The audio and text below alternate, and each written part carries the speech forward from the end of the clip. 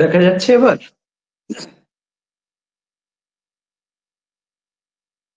সবাই শুনতে পাচ্ছো? একটু আনমিউট করে বলো। আমি শুনতে পাচ্ছি না আর কি। হ্যাঁ স্যার, শুনতে পাচ্ছি। আচ্ছা, বেশ। বলো, কেমন লাগলো পরীক্ষা দিয়ে?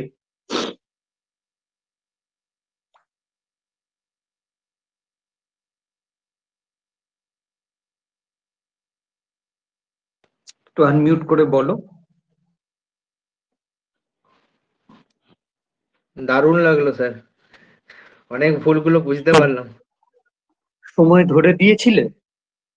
হ্যাঁ, সময় ধরে দিয়েছিলাম। আচ্ছা। প্রিয়তোষের একটু খারাপ হয়েছে। কেন? কি সমস্যা প্রিয়তোষ? স্যার কিছু অঙ্ক আমি বুঝতেই পারিনি অনেকটা। কেন? যেমন ওই একদম লাস্টে 12 অঙ্কটা যেটা ছিল। অ্যালয়।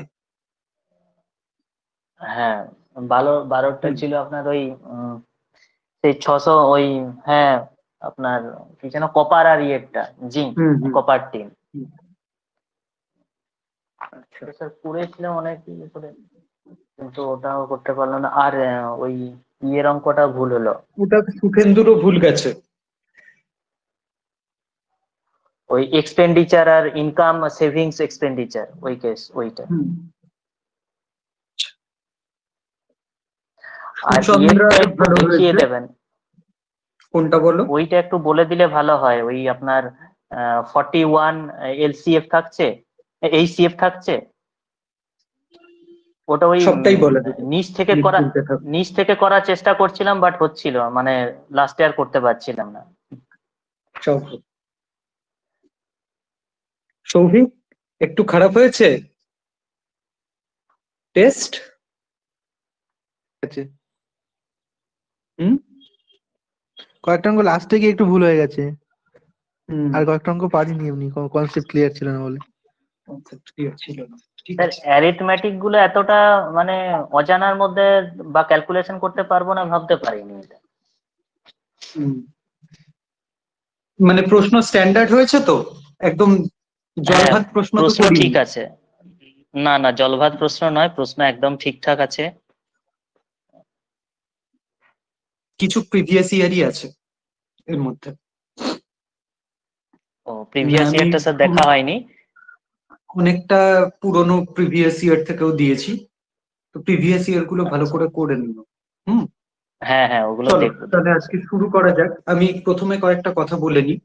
এক হচ্ছে, প্রথম টেস্ট হিসেবে যা পারফরমেন্স, তাতে আমি খুশি। কিন্তু সকলে পরীক্ষা দেয়নি, সেটা একটা ড্রব্যাক। যারা দেবে না তারা নিজেদেরই ক্ষতি করছে, কারণ এই জায়গাটাতেই তো প্রপার ইভ্যালুয়েশনের সুযোগ থাকবে। ওয়ার্কশিটটা তো তোমরা বাড়িতে করছো, নিজেরা মেলাচ্ছ, আমার চোখে ভুলগুলো পড়ছে না। আমি যখন খাতা চেক করতে বসলাম, প্রথমত যে সমস্যাটা আমি দেখলাম, অধিকাংশ অঙ্কেই কিন্তু যখন অনুপাত থেকে এক্স ধরা হচ্ছে, সেখানে এক্স ইকুয়াল টু জিরোটা লেখা হয়নি, যেটা আমি বারবার বলেছিলাম। তো আমি প্রথম ক্ষেত্রে খুব একটা স্ট্রিক্ট চেকিং করিনি, আহ, ওই জায়গাটা দিয়ে দিয়েছি। কিন্তু এরপর থেকে কিন্তু আর দেব না মার্কসটা, ঠিক আছে? তো এই জায়গাটা খেয়াল রাখতে হবে, যেখানে যেখানে যতবার রেশিও থেকে আমার প্রপার ভ্যালুতে কনভার্সন হবে, সেই ভ্যালুগুলো এক্স হোক ওয়াই হোক, সেগুলো নট ইকুয়াল টু জিরো লেখাটা মাস্ট। যেখানে যেখানে এক্স এক্স কাটাকাটি যাচ্ছে, সেখানে x not equal two zero লেখা মাস্ট।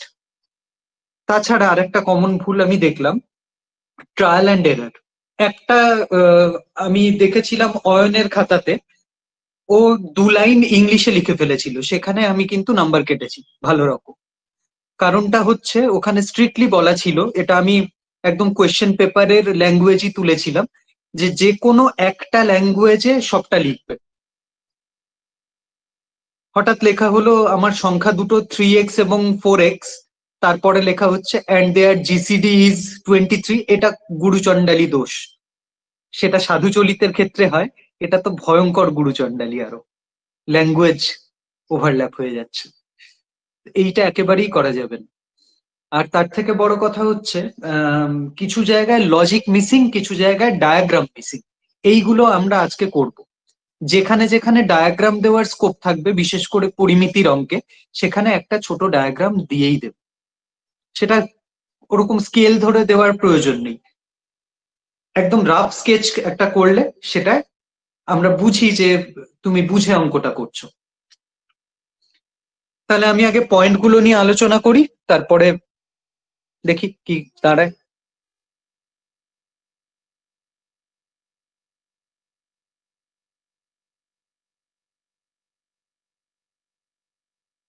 তো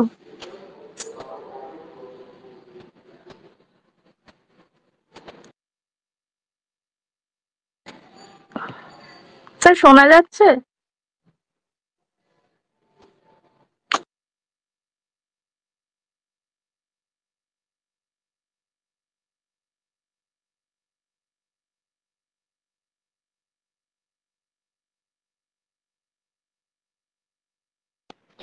স্যার আপনার কথা শোনা যাচ্ছে না।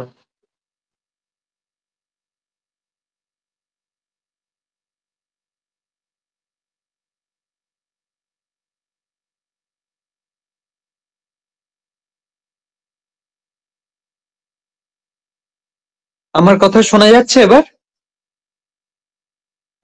হ্যাঁ স্যার, এবার হ্যাঁ শোনাচ্ছে। স্যার। এতক্ষণ যাচ্ছিল না, আচ্ছা।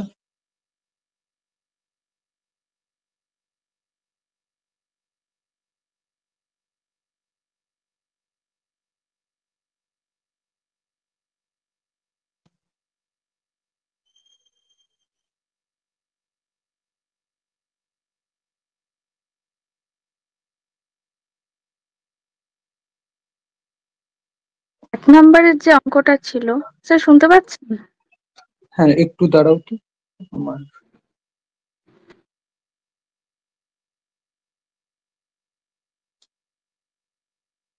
হ্যাঁ, বলো এই অঙ্কটা। হ্যাঁ স্যার, ওটাই স্যার, মানে যেটা শিখেছিলাম, মানে আমরা তো শর্টে শিখি, সেটা হুম হচ্ছে ওই মানে আমরা সংখ্যা দুটো 32x 32y ধরে নিয়েছি, তারপরে হুম x+y 8 বের করেছি, তারপরেই আমি চলে এসেছি সম্ভাব্য জোড়াগুলি। তো ওখানে হুম হচ্ছে আপনি একটা কোয়েশ্চেন মার্ক দিয়ে লিখেছেন y, এবারে right, এখানে কি লিখবো বুঝতে পারিনি, কারণ আমরা ওটা শিখিনি যে কিভাবে। আমরা হুম এটাই হুম শিখেছি যে টোটাল এসছে, এরপরে আমরা ওই যে মানে 1+7 মানে 8, 2 6 এরকম করে আমরা করে দিই। হুম এইবারে আলোচনাগুলো হবে। তাহলে আমরা প্রশ্ন ভিত্তিক আলোচনাতেই যাই। তাহলে এখানে যে কমন এরর গুলো আমি পেয়েছি সেগুলো আগে মেনশন করি। এখানে হচ্ছে ম্যাক্সিমাম খাতাতে 1 নম্বর হচ্ছে এক্স নট ইকুয়াল টু 0 পাইনি। যখন ধরা হচ্ছে জিসিডি 32, তাহলে 32x 32y ধরা হচ্ছে, সেখানে এক্স আর ওয়াই নট ইকুয়াল টু 0 এটা মেনশন করা ছিল না। 2 নম্বর হচ্ছে যখন সুচন্দ্রা যে প্রশ্নটা তুললো যে আমরা কেন কোপ্রাইম পেয়ার নেব, সেটার কারণ দর্শাতে হবে। কোপ্রাইম কেন, লজিক।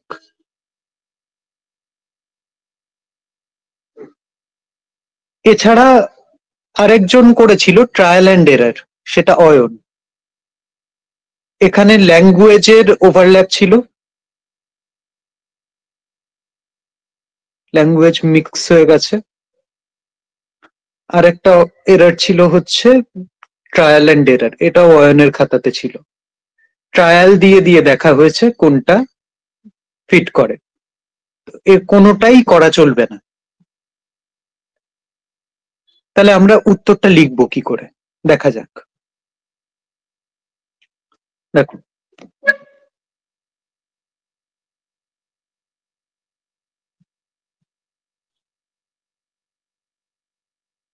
প্রথমে তো যেটা দেওয়া আছে প্রশ্নানুসারে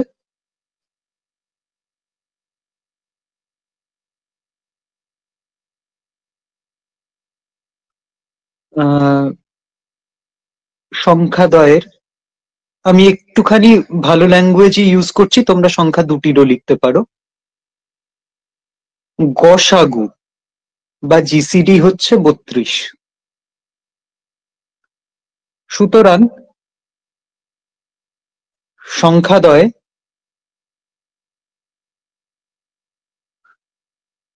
দুটি 32-এর পূর্ণ গুণিতক হবে বা গুণিতক হবে।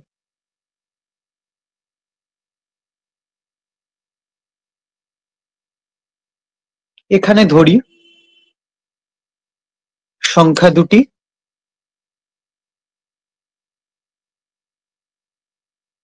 32x ও 32y, যেখানে x, y not equal to 0। আবার প্রশ্নানুসারে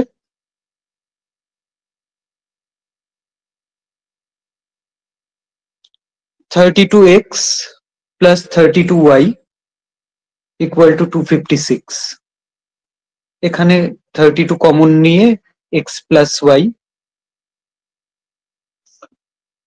equal to 256, x plus y will be 256 divided by 32, কাটাকাটি করলে কত আসছে? 8। এই অবধি সবাই করেছে। এরপরে সমস্যাটা তৈরি হলো। এবারে আমরা লিখব x উক্ত ফল থেকে প্রাপ্ত সম্ভাব্য মানে প্রবাবল এক্স ওয়াই জোড়গুলি হলো, দিয়ে প্রবাবল জোড়গুলো আগে লেখো।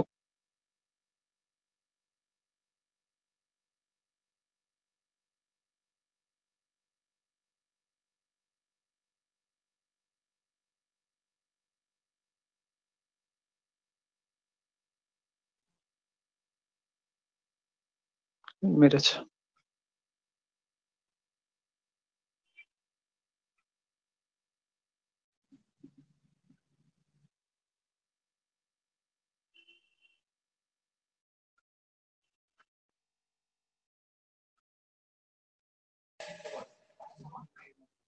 চেঞ্জ হচ্ছে না কেন?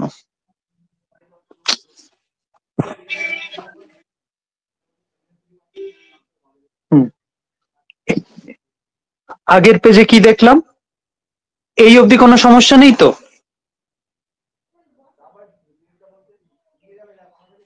না স্যার। এবারে এক্স আর ওয়াই যোগ করে 8 হচ্ছে। এক্স আর ওয়াই এর সম্ভাব্য পেয়ার গুলো কি কি?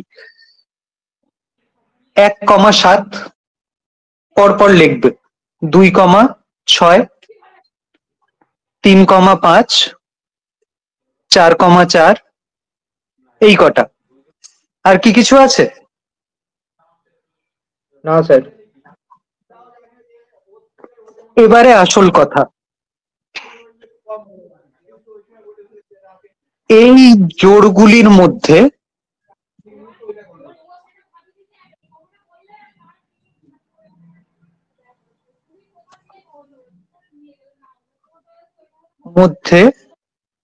কেবলমাত্র পরস্পর মৌলিক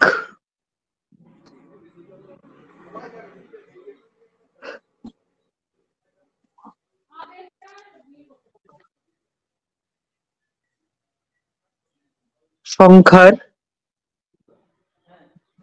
জোড়গুলি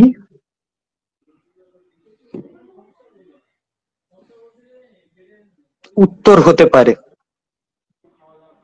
বা সম্ভাব্য জোড়গুলি আমরা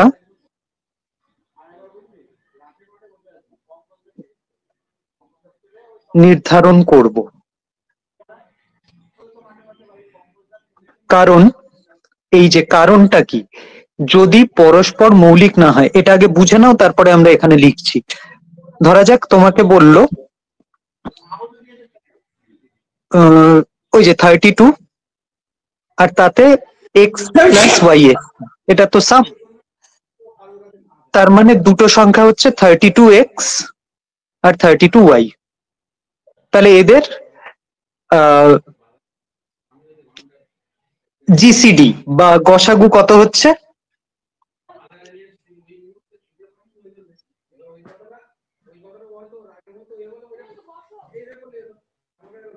কত হবে 32x 32y এর গসাগু কত হবে?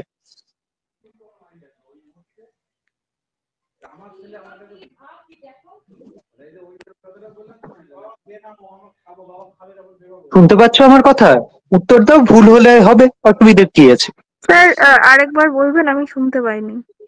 বলছি এই 32x আর 32y এর গসাগু কত হবে? 32। 32। এটা নিয়ে সংশয় নেই। এইবারে দেখো, যদি এই এক্স আর ওয়াই এর জায়গায় আমি এই পেয়ারটা নিই 2 6, তার মানে সংখ্যাগুলো কি দাঁড়ালো?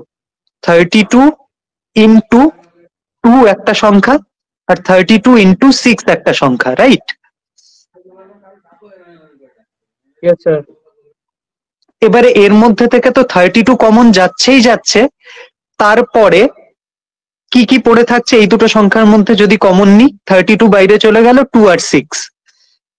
এবারে 2 আর 6 এর মধ্যেও কিছু কমন যাবে, কি সেটা? 2। তাহলে কি পড়ে থাকবে? 1 আর 6। তার মানে ম্যাক্সিমাম যেটা কমন চলে গেল সেটাই আমার নেক্সট গসাগু হয়ে গেল না? তার মানে প্রশ্নে বললো তোমার গসাগু হবে 64, সরি 32, কিন্তু তোমার গসাগু চলে এলো 64। তাহলে এটা তো প্রশ্নকে কন্ট্রাডিক্ট করছে। কথা বোঝাতে পারলাম? হ্যাঁ হ্যাঁ স্যার। স্যার। হ্যাঁ স্যার, বুঝেছি। তাহলে এইটাই আমার প্রপার কারণ, যে কারণ যদি পরস্পর মৌলিক না হয় তাদের মধ্যে কোনো সাধারণ গুণনীয়ক থাকবে, তখন আমার গসাগু 32 আর থাকবে না, তার থেকে বেড়ে যাবে। সেই জন্য আমরা পরস্পর মৌলিক পেয়ার গুলোকে নিয়েই কাজ করব। Am I clear? হ্যাঁ স্যার। বেশ।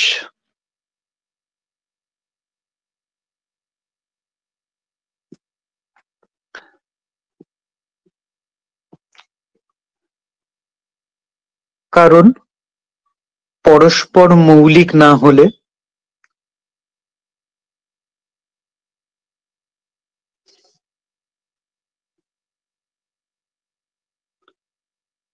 তাদের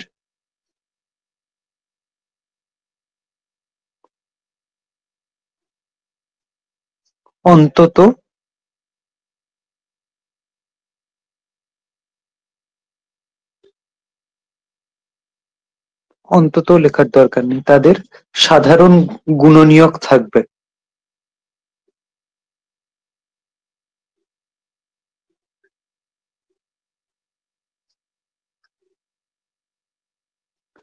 সেক্ষেত্রে গসাগু 32-এর চেয়ে বেশি হয়ে যাবে।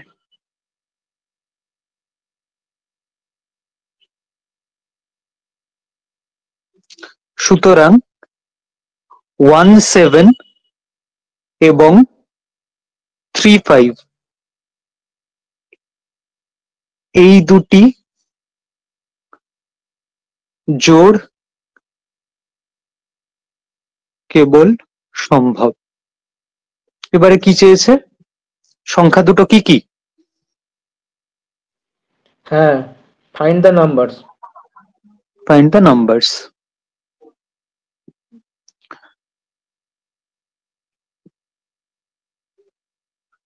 সুতরাং সংখ্যাগুলি হতে পারে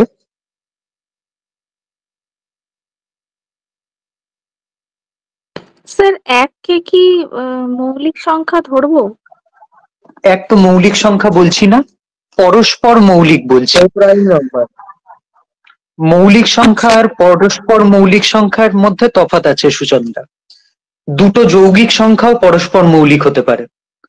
যেমন তুমি ধরো 9, ঠিক আছে, 9 আর 16, এদের মধ্যে এক ছাড়া কি আর কোনো কমন গুণনীয়ক তুমি পাচ্ছ? না। তাহলে এরাও কিন্তু পরস্পর মৌলিক। আচ্ছা। এটার সাথে কিন্তু এমনি মৌলিক সংখ্যার সম্পর্ক নেই, এটা আপাত একটা রিলেশন। নট নেসেসারি 9 এর সাথে যে থাকবে সেই পরস্পর মৌলিক হবে, 9 এর সাথে আবার যদি 6 থাকে সেক্ষেত্রে পরস্পর মৌলিক হবে না।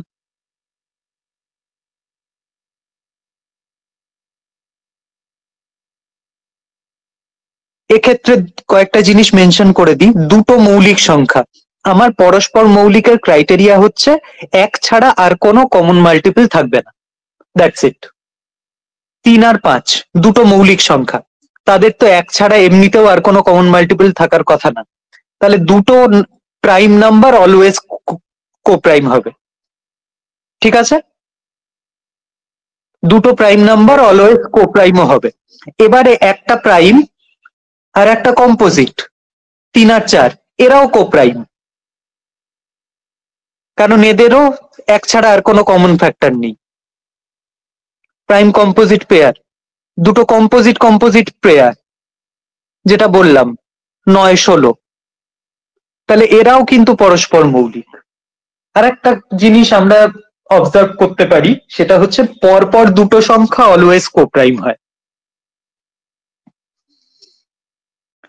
মানে 3-4, 17-18, 20-21। তাহলে বোঝাতে পারলাম? হ্যাঁ স্যার। বেশ।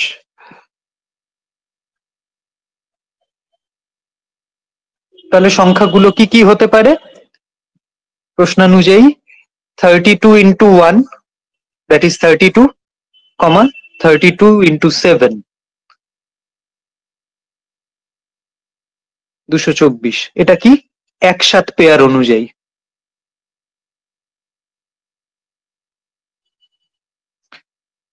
আর একটা কি হতে পারে? 32 into 3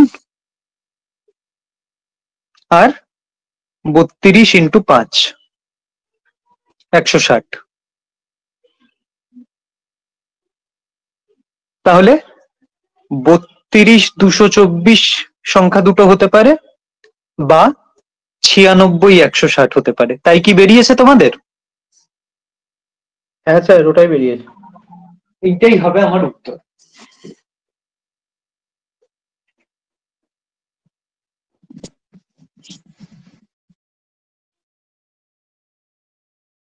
নেক্সট প্রশ্নে চলে যাই।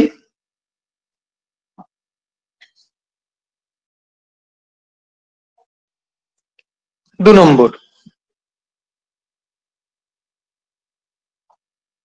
এখানে কি কি ভুল দেখেছি? এক হচ্ছে ওই x not equal to 0, এটা পাইনি। আরেকটা হচ্ছে আমি বলেছি ডিনোমিনেশন গুলো বলো, মানে কতগুলো করে মুদ্রা আছে সেটা জানতে চেয়েছি। অনেকে 5 টাকার কয়েনে কত ভ্যালু এসেছে সেটা বের করেছে, আমি সেটা চাইনি। তাহলে এই দুটো কমন মিস্টেক হয়েছে। তাহলে এবারে কি, এখানে উত্তরটা কিরকম হবে? ধরি 5 টাকা, 2 টাকা ও 1 টাকার মুদ্রার সংখ্যা যথাক্রমে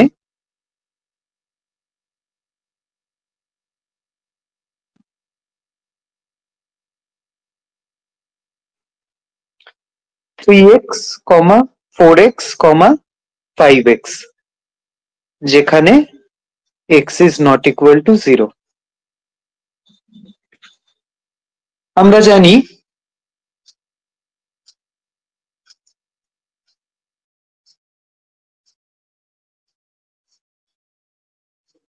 মোট মূল্য সমান সমান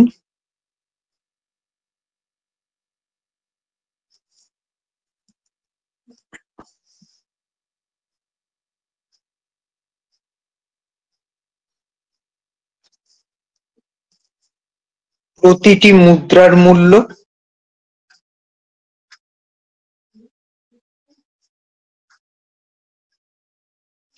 ইন্টু মুদ্রার সংখ্যা।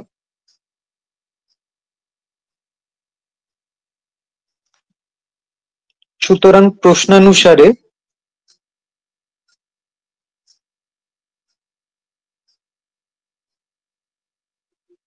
৳5 দিক থেকে কি পাচ্ছি? 5 গুণ 3x প্লাস 2 গুণ 4x প্লাস 1 গুণ 5x that is equal to আমার 560। তাহলে এখান থেকে কি পেলাম?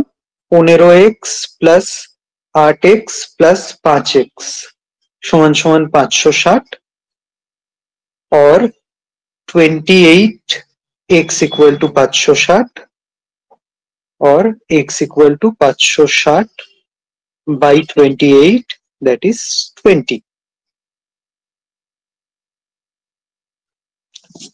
সুতরাং ৳5 মুদ্রা আছে,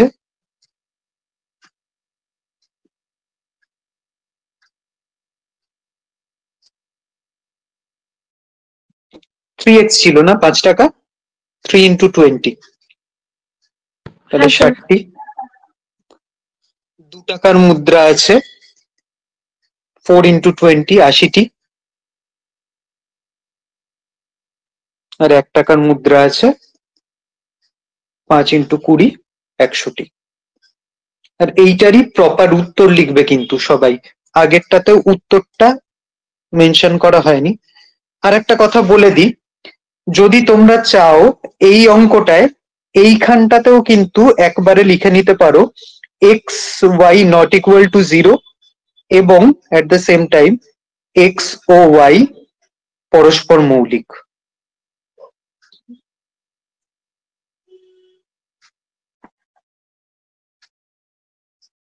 লিখেছিলাম স্যার আমি ওটা।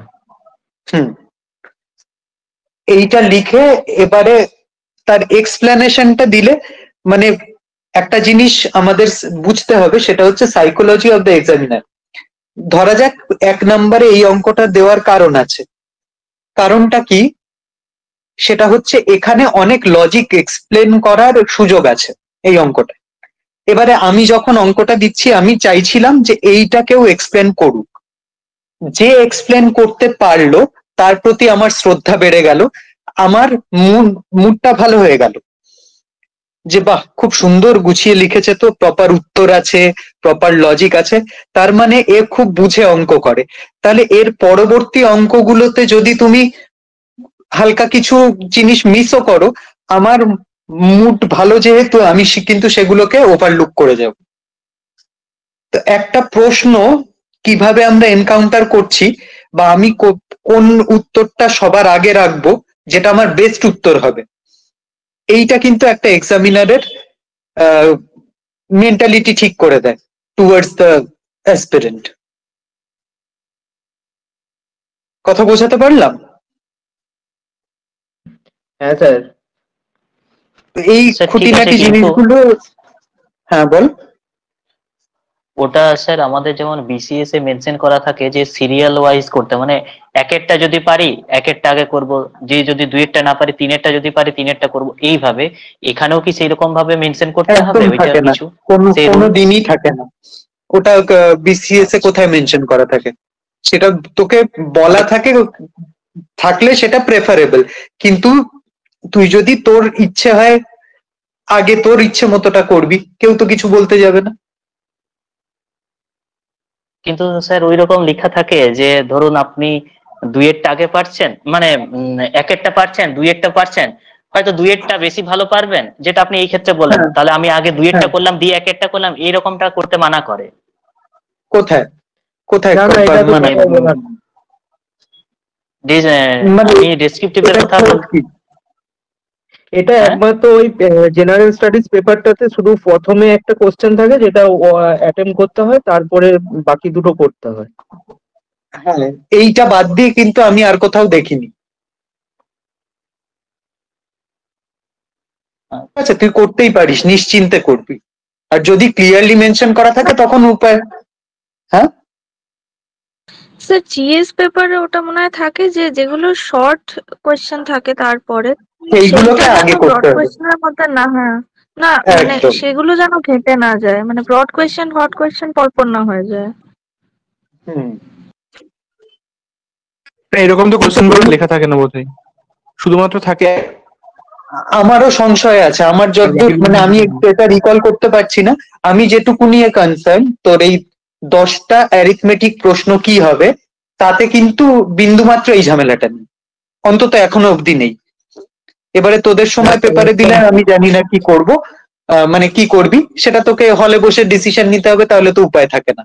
কিন্তু এখন যে সিনারিও রয়েছে সেই অনুযায়ী এইটা কিন্তু একটা সাইকোলজিক্যাল গেম।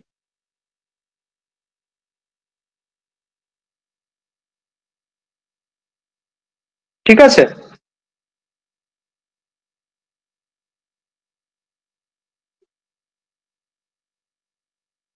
তাহলে এটাও হয়ে গেল 2 নম্বর প্রশ্ন।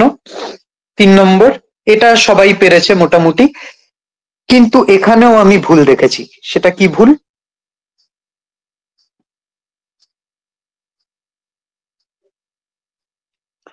এখানে কয়েকজন যখন ওই বর্গমূল বের করছে তখন বড়টা নিয়ে নিল, মানে অ্যাকচুয়ালি আসা উচিত 316, অনেকে 317 নিয়ে রিমাইন্ডার বের করলো নেগেটিভের, যেটা আমরা এমসিকিউ এর ক্ষেত্রে অ্যাপ্লাই করতেই পারি, কোনো অসুবিধা নেই। কিন্তু এখানে ব্যাপারটা তো হয় না বাস্তবে, যে তোর কাছে আছে 20টা মিষ্টি, তোকে বলা হলো 6টা করে মিষ্টি নিয়ে প্যাকেট করো, তাহলে তোর স্বভাবতই 3টে প্যাকেট হবে। 20টা মিষ্টি 6টা করে প্যাকেট করলাম, আমার হলো 3টে প্যাকেট, আর 2টো পড়ে থাকলো, 2 হলো আমার রিমাইন্ডার, তাই তো? হ্যাঁ এবারে স্যার। আমি যদি বলি না আমি জোর করে 4টে প্যাকেট বানাবো, তাহলে আমায় ধার করতে হয় আরো 4টে, সেটা পাশের দোকান থেকে আনলাম, সেক্ষেত্রে আমার হবে 4 6 24, আমি 4টে পরে ব্যাক করব, তাহলে আমার -4 হবে রিমাইন্ডার। এটা আমরা শর্ট কোয়েশ্চেন বা এমসিকিউ তে করতে পারি, এক্ষেত্রে পারি না। এক্ষেত্রে কয়েকজন করেছে, এই জায়গাটায় আমাকে সাবধান থাকতে হবে। তাহলে এক্ষেত্রে অঙ্কটা কি করব?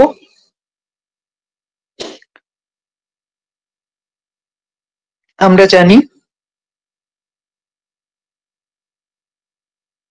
6 অঙ্কের ক্ষুদ্রতম সংখ্যা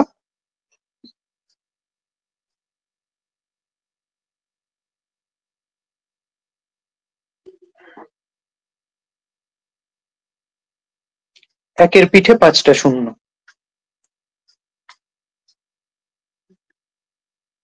উক্ত সংখ্যাটির বর্গমূল করে পাই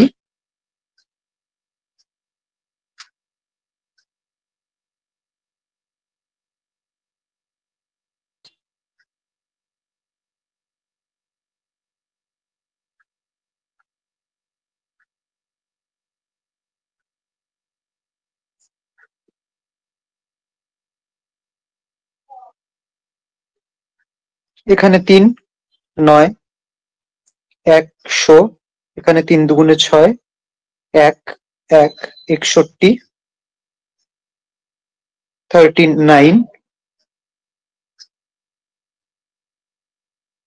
00।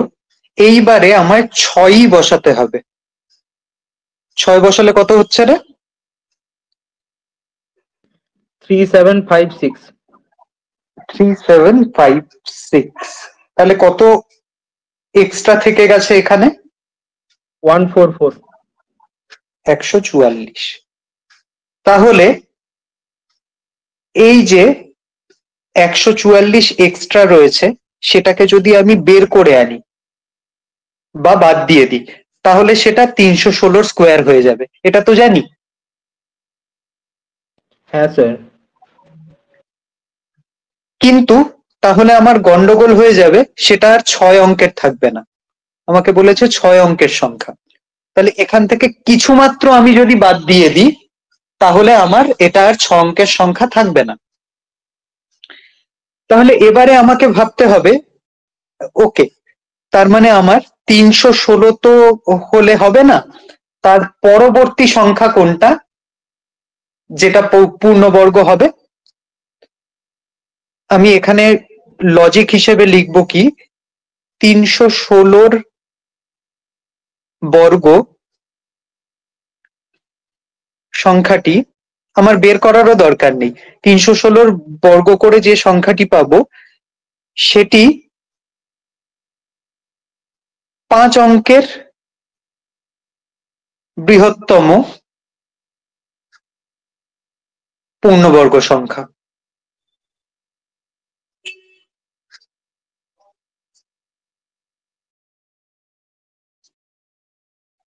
কিন্তু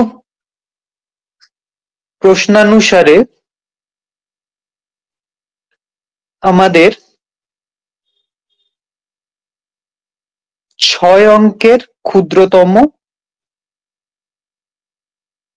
পূর্ণবর্গ সংখ্যা নির্ণয় করতে বলা হয়েছে।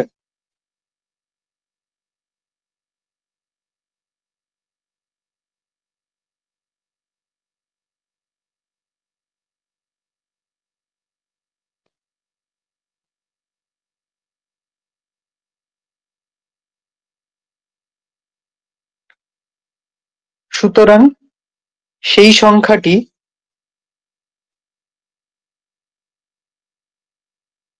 316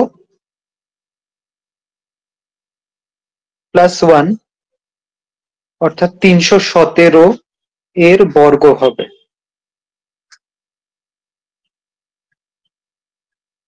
এবারে 317 বর্গ কত?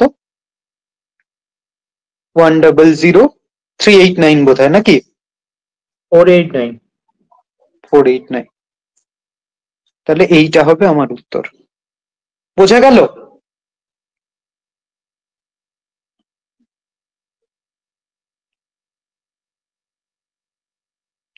আমার বক্তব্য হচ্ছে, যেখানে লেখার সুযোগ আছে আমি লিখবো, খুঁটিয়ে খুঁটিয়ে বের করতে হবে কিছু লেখা যাচ্ছে কিনা, আমার ধান্দা থাকবে এটা। ঠিক আছে, তোরে অ্যাপ্রোচটা খালি বদলা, বাকিটা হয়ে যাবে। একদমই খারাপ লেখা হয়নি, সবাই খুব সুন্দর লিখেছে। হ্যাঁ স্যার, এরকমই লিখেছিলাম। তো যারা লিখেছে আমি পুরো মার্কস দিয়েছি, কোনো অসুবিধে নেই।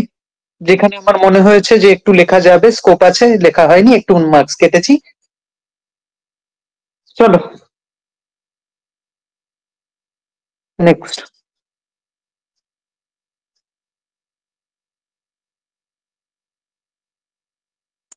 এইটা এতেও ভুল পেয়েছি। এতে কি কি ভুল পেয়েছি?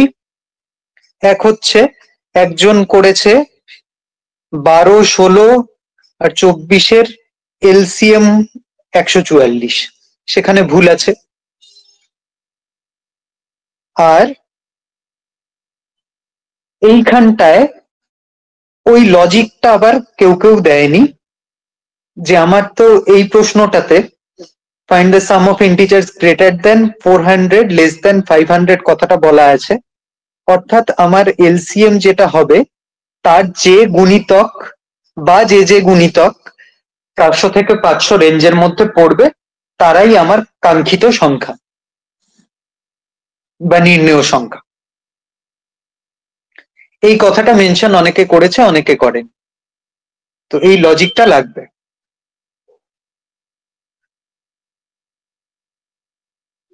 তাহলে প্রথমেই লিখি, 12, 16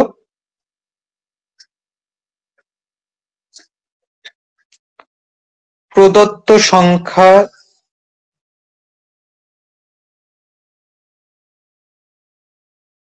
তিনটেকে ত্রয় বলে, ঠিক আছে? 12 দুটো হলে দয় লেখা হয় আর তিনটে হলে ত্রয় লেখা হয়, ত্রয়ী থেকে এসছে। তাহলে 12, 16 আর 24-এর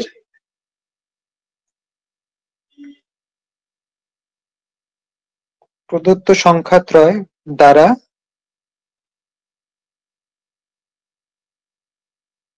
সম্পূর্ণরূপে বিভাজ্য ক্ষুদ্রতম সংখ্যাটি হলো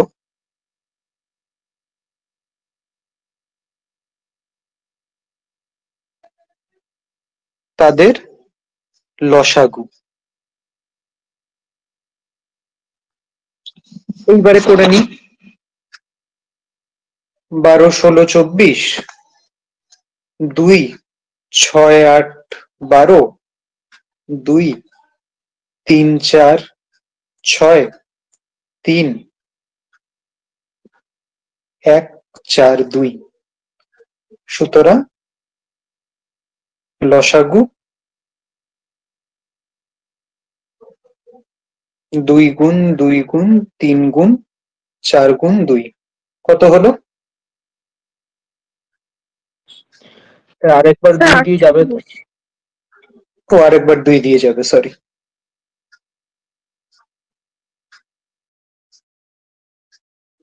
1, 2, 1, 2, 2, 4, হ্যাঁ, তাহলে 3 গুণ 2 গুণ 2। তাহলে কত হলো? 3, 4, 12, 4, 12, 48। 48-এর প্রতিটি গুণিতক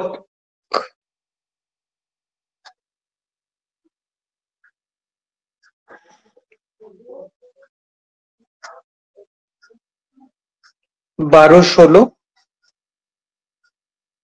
24 দ্বারা সম্পূর্ণরূপে বিভাজ্য হবে।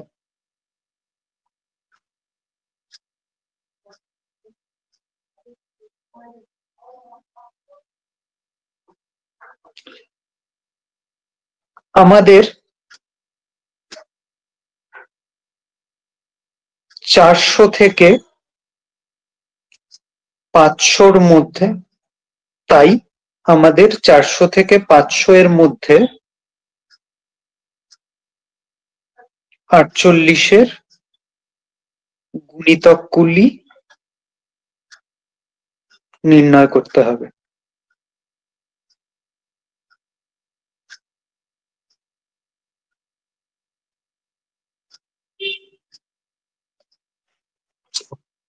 তাহলে এবারে 400-কে 48 দিয়ে ভাগ করে দেখতে পারিস, বা ট্রায়াল এরর দিয়েও করতে পারিস। কোনটা করবি বল? যে কোনো একটা করা যায়। ভাগ করেই করেছি তো। ভাগ করে কর। 48 দিয়ে 400-কে ভাগ করলে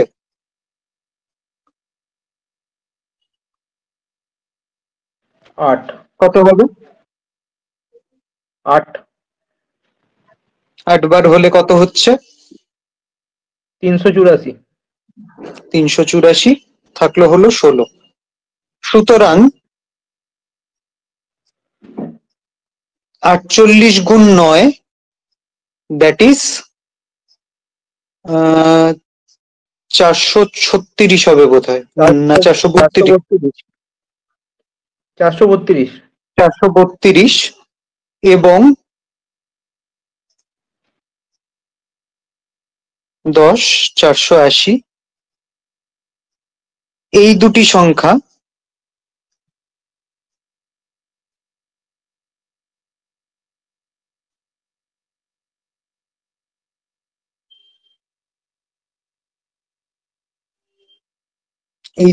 আমাদের নির্ণেয় সংখ্যা।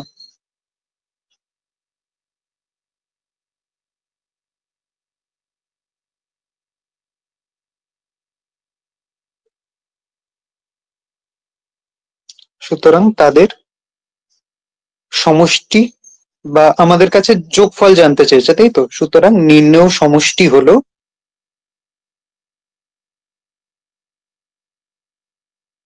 432 প্লাস 480 912 এটা হবে আমার উত্তর। কোনো সমস্যা? না স্যার। প্রমিতা ম্যাডাম এসছে, কিরে?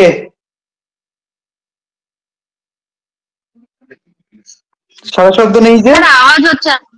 হ্যাঁ কি বলছেন স্যার? বলছি সারা শব্দ নেই তো, বলছিস না কিছু? আছি স্যার, কিন্তু আমার চারিদিকে এত আওয়াজ হচ্ছে, আমি সেই জন্য ওই মাইক অন করছি না। আচ্ছা ঠিক আছে, এমনি সব শুনছিস তো, ঠিকঠাক আছে তো? তুই তো হ্যাঁ ভালো শুনছি লিখেছিস। শুনছি শুনছি। হ্যাঁ স্যার, এটা আপনি মানে আপনার কাছে পড়েই হয়েছে। সে ঠিক আছে। হ্যাঁ নেক্সট 5 মিউট নাম্বার। করলাম স্যার। হুম 5 নাম্বারেরটা অনেকে আবার একটু ঘেঁটেছে, আর অনেকে অহেতুক লম্বা করেছে। এখানে কি কি ভুল পেয়েছি আমি? এক হচ্ছে, যারা 5x 6x ধরছে আয়, তারাই আবার 2x 3x ধরছে সেভিংস, সঞ্চয়। এখানে তো গন্ডগোল, দুটো রেশিও তো আলাদা, 5:6 আর 2:3। তাহলে এখানে অলরেডি আমি এক্স ধরে ফেলেছি, তাহলে এখানে আর এক্স চলবে না, ওখানে আমাকে অন্য কিছু ধরতে হবে, 2y 3y। এইটা কিছু ভুল হয়েছে। সেকেন্ড হচ্ছে, অনেকে অহেতুক বড় করে ফেলেছে,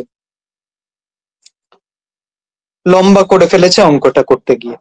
এটা এমন কিছু হাতি ঘোড়া নয়, দেখা যাক। ধরি এ এর মাসিক আয়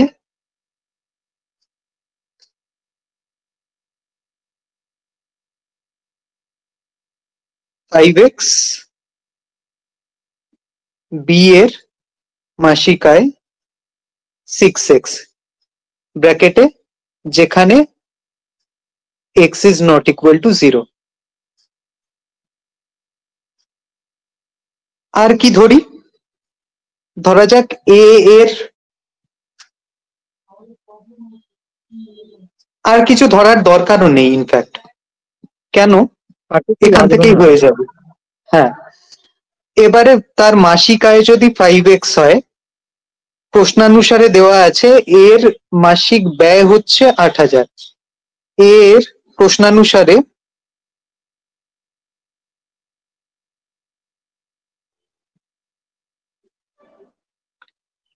এর মাসিক ব্যয়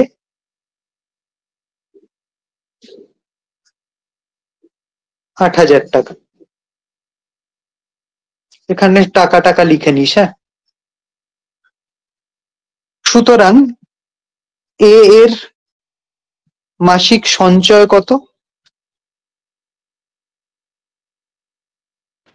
5x minus 8,000। একদম 5x minus 8,000 টাকা। অনুরূপে বি এর ক্ষেত্রে আবার এতটা লিখলাম না, অনুরূপ ভাবে বা অনুরূপে বি এর মাসিক সঞ্চয় হচ্ছে কি হবে? 6x minus 9,000। -9,000 টাকা।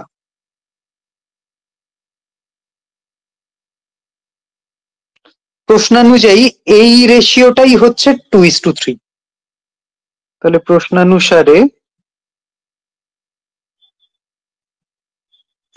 5x minus 8,000 by 6x minus 9,000, এটাই হচ্ছে 2/3। তাহলে এবারে সলভ করি। 3×5 15x minus 24,000 equal to 8×6 = 12x minus 9×2 = 18,000। তাহলে এইটাকে এইদিকে নিয়ে আসি, 3x equal to 6,000, x equal to 2,000।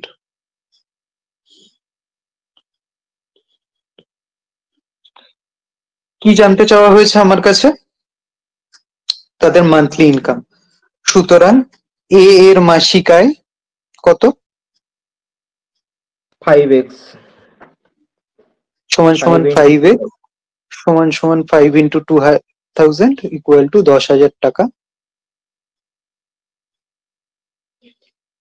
B এর মাসিক আয় 6x ইকুয়াল টু 6 ইন্টু 2000 12,000 টাকা। এটাই হচ্ছে আমার উত্তর।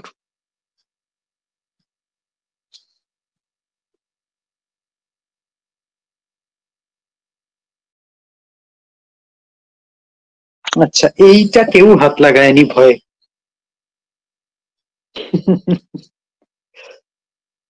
কেন এটা পারতি না কেউ? করেছি কিন্তু ল্যাঙ্গুয়েজটার জন্য আর লিখিনি, 74 বেরিয়েছিল। আচ্ছা, এটা কি চেষ্টা করবি না আমি করিয়ে দেবো? স্যার এটা একদম বুঝতে পারিনি, এটা আচ্ছা ল্যাঙ্গুয়েজটার জন্যই হোক বা আমি পারছি না বলেই হোক। আচ্ছা, a number consists of two digit, একটা দু অঙ্কের সংখ্যা আছে, when it is divided by the sum of its digit, যখন এর ডিজিট সাম দিয়ে একে ভাগ করা হচ্ছে, ডিজিট সাম মানে ধরা যাক 37 সংখ্যা, তার ডিজিট সাম কত? 3 প্লাস 7, মানে অঙ্কগুলোর সাম, ডিজিট গুলোর সাম, দ্যাট ইজ 10। তার মানে আমি যে আরবিট এক্সাম্পলটা নিলাম, 37কে যদি 10 দিয়ে ভাগ করা হয় তাহলে এর ঘটনাটা বলছে। তাহলে যখন একটা সংখ্যাকে তার ডিজিট সাম দিয়ে ভাগ করছি, ভাগফল হচ্ছে হাফ আর রিমাইন্ডার হচ্ছে 7। কিন্তু যখন ডিজিট গুলো ইন্টারচেঞ্জ করে দিচ্ছি তখন সেম সাম দিয়েই ডিভাইড করছি, সেই কোশেনটা 4 গুণ হয়ে যাচ্ছে আর রিমাইন্ডার হয়ে যাচ্ছে 6। তাহলে অরিজিনাল নাম্বারটা কত? কি করে করেছিস বলে দাও। প্রশ্নের বক্তব্য ক্লিয়ার হলো?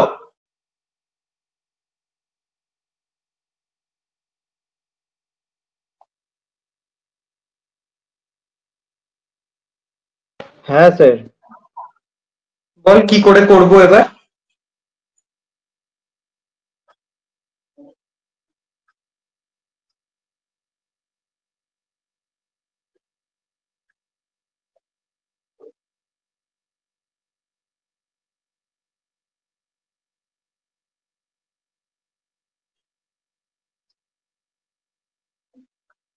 এটা হাফ হবে না রে, 6 হবে, প্রিভিয়াস ইয়ার ছিল।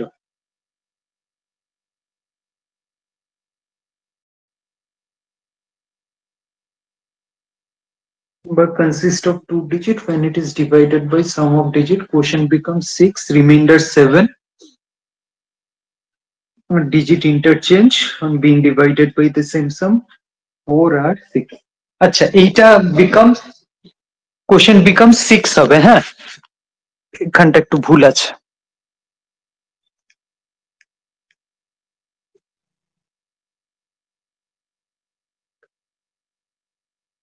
বল প্রশ্নের বক্তব্য ক্লিয়ার হয়েছে কিনা বল। না না, বুঝতে পেরেছি। বাকিরা তো সারা শব্দ দিচ্ছে না। এই আনমিউট করে স্যার বল। ওইখানে তো ওই 6 এর জায়গায় হ্যান্ড লেখা ছিল, সেই জন্য আমি ওটাকে ছেড়েছি। দেখুন ওই আপনি যে কোশ্চেনটা দিয়েছিলেন ওখানে হাফও লেখা ছিল না, হ্যান্ড লেখা আছে। তাই হ্যাঁ hand হ্যাঁ লেখা ওটা, আছে? হ্যাঁ হ্যাঁ ও, হ্যাঁ ছিল।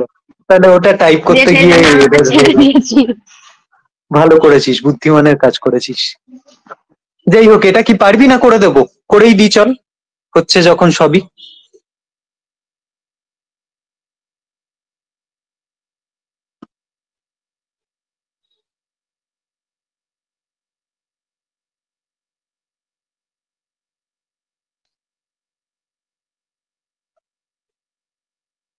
সংখ্যাটির এককের ঘরের অঙ্ক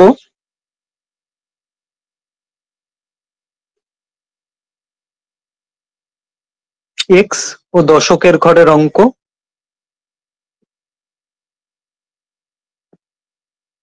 হলো ওয়াই। তাহলে সংখ্যাটি কত? 10x plus Y.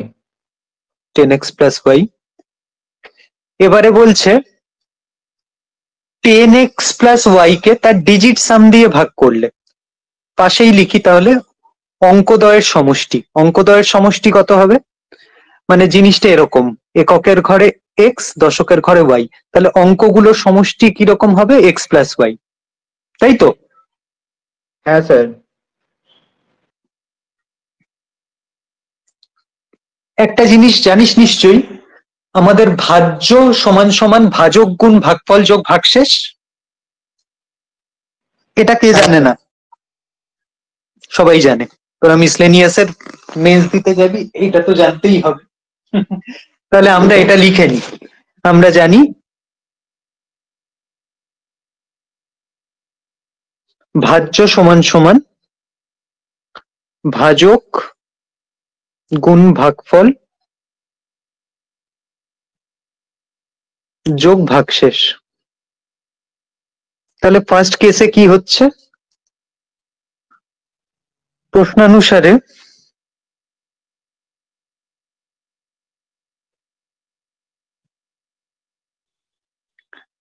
যখন 10x প্লাস ওয়াই কে এইটা দিয়ে ভাগ করছি, তাহলে ভাজ্যকে ভাজককে, ভাজ্য হচ্ছে 10x plus y, 10x plus ভাজক y, হচ্ছে x plus y. x plus y. ভাগফল কি? 6, ভাগশেষ কি? 7। তাহলে প্রশ্নানুসারে 10x প্লাস ওয়াই এটা ভাজ্য, সেটা সমান সমান ভাগফল গুণ ভাজক যোগ ভাগশেষ। তাহলে এখান থেকে একটা ইকুয়েশন পাবো। কি পাচ্ছি? 10x plus y equal to 6x plus 6y plus 7। তাহলে এখান থেকে কি পেলাম? এটাকে এইদিকে নিয়ে এলাম, 4x minus 5y that is equal to 7। এটা হলো আমার ইকুয়েশন 1।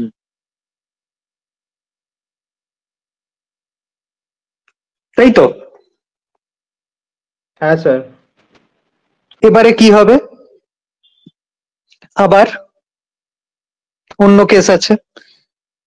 10y plus x। আবার অঙ্কদ্বয় স্থান পরিবর্তন করলে নতুন সংখ্যাটি হয়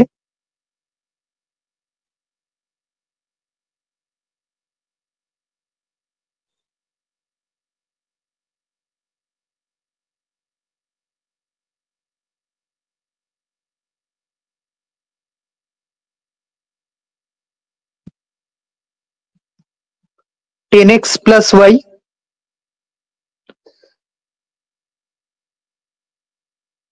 তখনও অঙ্কদ্বয়ের সমষ্টি x plus Y,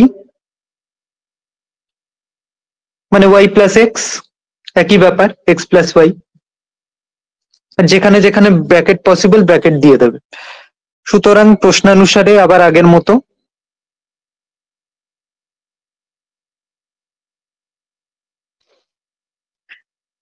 ten x plus Y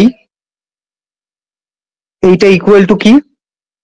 এখন 4 দিয়ে ভাগ করছি, তাহলে 4 হচ্ছে ভাগফল, কোশেন্ট হচ্ছে এক্স প্লাস ওয়াই, ভাগশেষ হচ্ছে 6।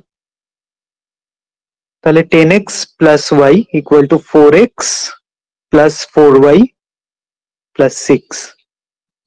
তাহলে 6x minus 3y equal to 6। এটা হচ্ছে আমার ইকুয়েশন নাম্বার 2।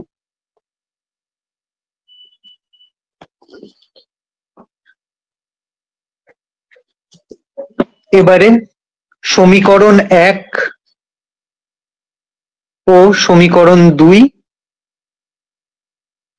এর সমাধান করে পাই।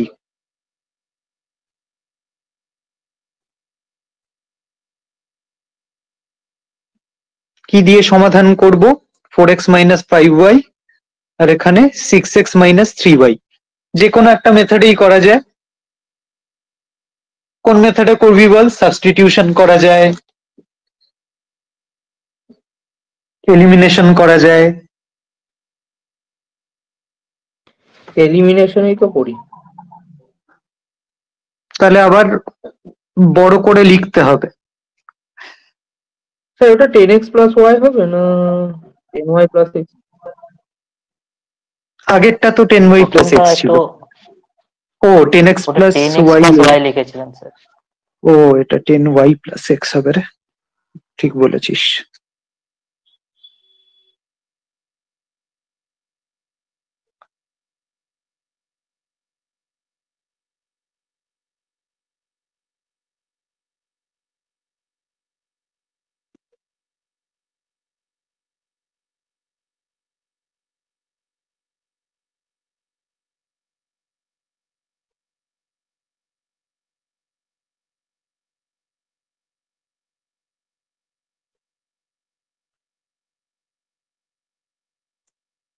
আবার পুরোটা কাটতে হবে রে।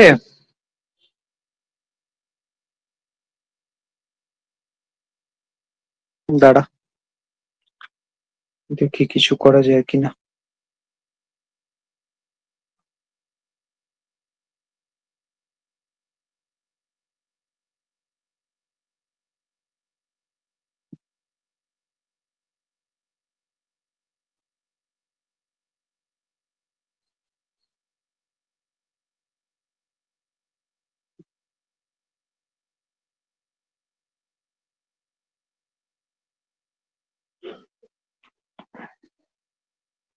আচ্ছা, এককের ঘরের অঙ্ক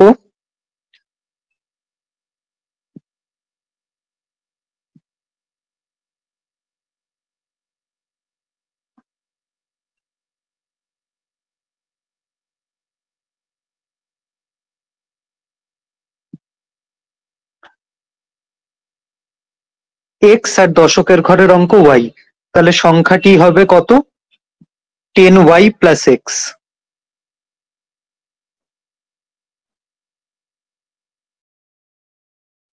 আবার ভাগটাগ করলাম, অঙ্কের সমষ্টি হচ্ছে এক্স প্লাস ওয়াই, ভাজ্য সমান সমান ভাজক গুণ ভাগফল যোগ ভাগশেষ, ভাজ্য হচ্ছে 10y প্লাস এক্স, ভাগফল ইন্টু ভাজক এটা, তাহলে আমার হলো 10y প্লাস এক্স সমান সমান এটা, তাহলে এখানে হবে 4y মাইনাস 5x, সেটা সমান সমান 7। এটা আমার 1 নম্বর ইকুয়েশন।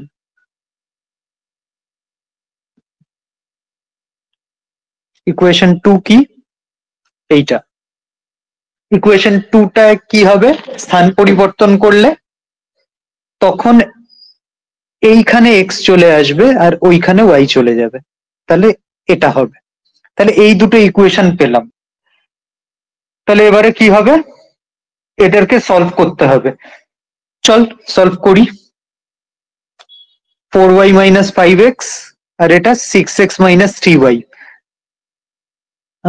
একটা কাজ করি, y কে ইকুয়েট করি। তাহলে কি পদ্ধতি? প্রতিস্থাপন পদ্ধতি, সাবস্টিটিউশন। তাহলে এখান থেকে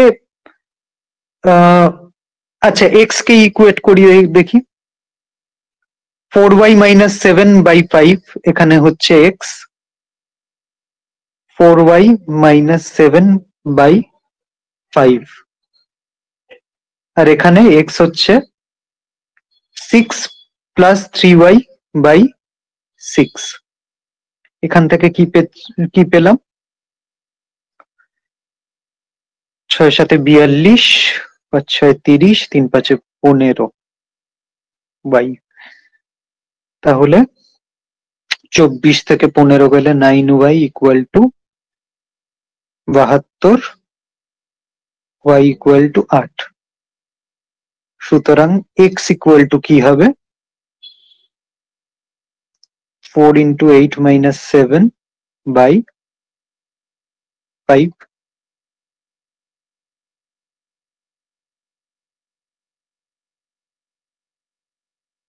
32 থেকে 7 গেলে 25,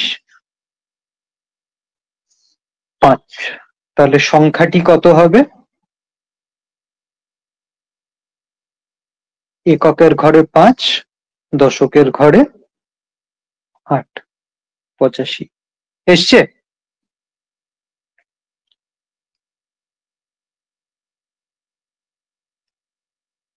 আরে আছিস তো তোরা? হ্যাঁ স্যার এসেছে। বেশ, এইটা তো সবাই পেরেছে। এখানে একটা ডায়াগ্রাম আঁকার স্কোপ আছে, সেই জন্য বলেছি সবাইকে ডায়াগ্রাম আঁকতে। যে একটা এরকম জিনিস আছে, এদের তো জিসিডি বের করতে হবে, মানে এইচসিএফ বের করতে হবে, যে স্কোয়ার টাইলস দিয়ে আমি সবারটা বের করতে পারবো। তো এইটা একটা ছবি হতে পারে, তার মধ্যে হচ্ছে স্কোয়ার টাইলস গুলো বসানো আছে এরকম একটা, এইটা আমার ছবি হতে পারে। বাকি তোরা কি কি করেছিস? এইটা কি করব, কারোর প্রয়োজন আছে? এটা একটু বড় অঙ্ক, লেখাও ঠিকই আছে। এটায় যদি কারো নাম্বার কেটে থাকি সে একটু আমাকে ইন্টিমেট কর, না হলে এগোবো। এটা ডায়াগ্রামটা দিতে বলেছেন, এটা সবাইকে এটা ডায়াগ্রামটা। হ্যালো স্যার, হ্যাঁ হ্যাঁ বল। আমার ওই 759 সেমি আর হচ্ছে 644 সেমি বেরিয়েছিল, ওটার আমি গসাগু করতে পারছি না। এতে কর, তোর ওই আমাদের লং ডিভিশন মেথডে। ধর তোকে আমি বললাম 85 আর 18, এদের গসাগু বের কর। তখন কি করতে হয়, ছোটটা দিয়ে বড়টাকে ভাগ করতে হয়। 18 দিয়ে কত কাছাকাছি যাওয়া যায় 85-র? বল বল, কার অসুবিধা ছিল? সৌভিকের তো? হ্যাঁ স্যার, 4 দিয়ে। 4 দিয়ে 4 18 72, কত হলো? 13। 13 দিয়ে এবার 18কে, এই যে রিমাইন্ডারটা হলো সেটা দিয়ে আবার আগের ভাজকটাকে ভাগ করতে হয়। কবার যাবে? একবার, 13। 5, আবার রিমাইন্ডার থাকলেই আগের ভাজকটাকে আবার এখানে নিয়ে চলে আসতে হবে। কবার যাবে? 5 দুগুণে 10। আবার এখানে 3, 3 দিয়ে 5কে ভাগ, 3 1 কে 3, 2, 2 দিয়ে আবার 3কে ভাগ 1 দিয়ে। তার মানে আমার আলটিমেটলি উত্তর বেরোবে 1 এইটার ক্ষেত্রে। তাহলে এখানেও তোর যা সমস্যা, আমার তো ভ্যালু দুটো একটু বড় বড় বড় থাকলে এই লং ডিভিশন মেথডে করাটা সহজ। তোর কত এসছে বল নাম্বার দুটো? 759 আর 644। তাহলে 759 কে 644 দিয়ে ভাগ করে দে, দুম করে ছোট হয়ে গেল একবার। কত হলো? 5 1 1। 115 দিয়ে 644 কে ভাগ কর, কবার যাবে বল? 5 বার। 5 বার। 575। 9 7 আর 1 8। 69 দিয়ে 115 কবার যাবে? একবার যাবে। এরকম করে ক্যারি অন কর। 46, তারপরে 23 তে এসে থামবে। তাহলে 23টা হবে আমার এইচসিএফ। তার মানে একটা টাইলসের এই লেন্থটা হবে 23। তাহলে 23/23 এর টাইলস, তাহলে এর এরিয়া কত হবে? 23 স্কোয়ার 529। আর এইটার এরিয়া কত? 759 ইন্টু 644। একে 23/23 দিয়ে ভাগ করতে হবে, কতগুলো টাইলস লাগবে তার জন্য। বুঝলি? আমার টোটাল এরিয়া কত এখানে? এইটা। আর একটা টাইলস এর এরিয়া কত? 23 ইন্টু 23। তাহলে নাম্বার অফ টাইলস কত হবে? হ্যাঁ স্যার, বুঝতে পেরেছি, 23টা বের করতে পারছিলাম না, এমনি আমি বাকিটা লিখেছিলাম। Okay fine. তো এটা আশা করি সবাই পেরেছে, ভালো করেছে। এটার উত্তর কত এসেছিল জানো? 924। 924। খুব ভালো হয়েছে এটা। নেক্সট, এটা কত নম্বর গেল রে বাবা? 7 7 গেল। 8, এখানে কি গন্ডগোল? এটা অনেকে করেনি, ইনফ্যাক্ট কেউই করেনি বোধহয়, আর করলেও ঠিক করেনি। এটা অনেকে নিয়ে আমি approach করেছে। করেছিলাম। হ্যাঁ, সংখ্যা দুটোর গুণফল দিয়ে অ্যাপ্রোচ করতে চেয়েছে, সেটা ভুল। তাহলে ভুল কি কি পেলাম? সংখ্যাদ্বয়ের গুণফল দিয়ে এটা আসবে না।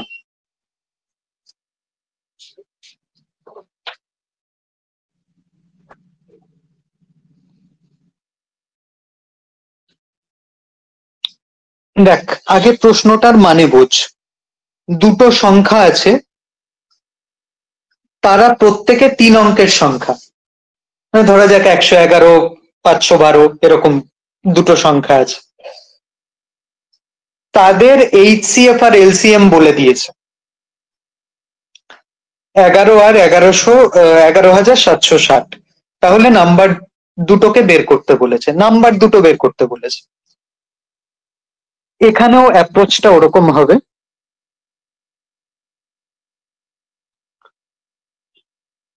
ধরি 3 অঙ্কের সংখ্যাদ্বয়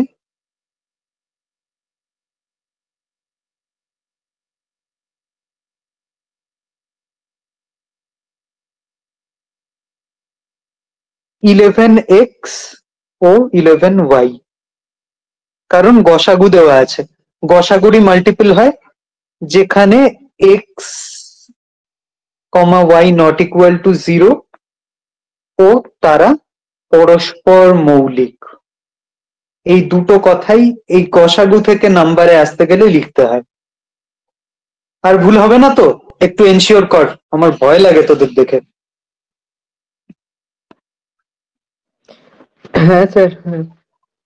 ঠিক আছে, তাহলে এবারে তুই বল 11x আর 11y এই দুটো যদি সংখ্যা হয়, তাদের লসাগু কত হবে বলতো?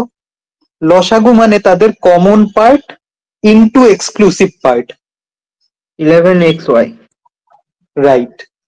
যখন দুটো সংখ্যা থাকে, ধরা যাক আমি বললাম 11x3 আর একটা হচ্ছে 11x5, তাহলে এই দুটো সংখ্যার তোরা যখন মৌলিক উৎপাদক বিশ্লেষণ করবি, এটা 11 দিয়ে যাবে, এখানে 3 আর 5 নামবে, তাহলে লসাগুটা আলটিমেটলি কি হবে? 11 গুণ 3 গুণ 5। তাহলে এই যে 3, এটা কিন্তু 11 গুণ 3 অর্থাৎ 33-এর এক্সক্লুসিভ পার্ট, কমন পার্ট না। 3টা শুধু 33-এর মধ্যেই আছে। সিমিলারলি 11x5 55-র এক্সক্লুসিভ পার্ট হচ্ছে 5, কমন পার্ট হচ্ছে 11। তাহলে আমার যখন এলসিএম বের করতে হয়, কমন পার্টের সাথে এক্সক্লুসিভ পার্ট গুলোকে গুণ করে দিতে হয়, আর গসাগুর বেলায় শুধু কমন পার্টটা নিয়ে নিতে হয়। কথা বোঝা গেল? হ্যাঁ স্যার। হ্যাঁ স্যার।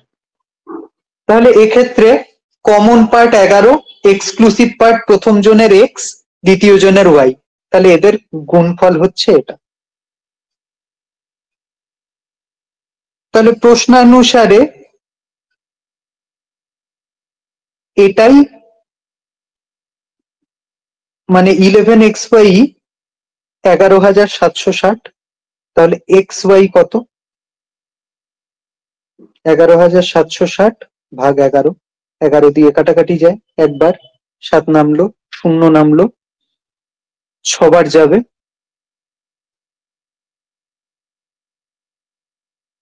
তাই তো? ঠিক করলাম তো? স্যার হ্যাঁ, এটাই এটা আমি কিন্তু বলেছিলাম, এটা দিয়ে ডিভাইড করা fraction যাচ্ছে গুলো না, আসছে। ফ্র্যাকশন আসছে তো। ফ্র্যাকশন আসছে।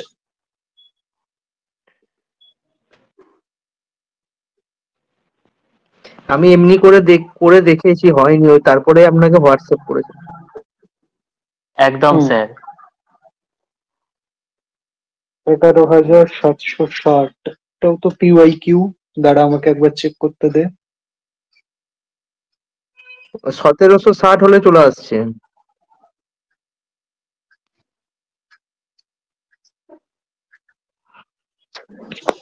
দাঁড়া দেখি। HCFLCM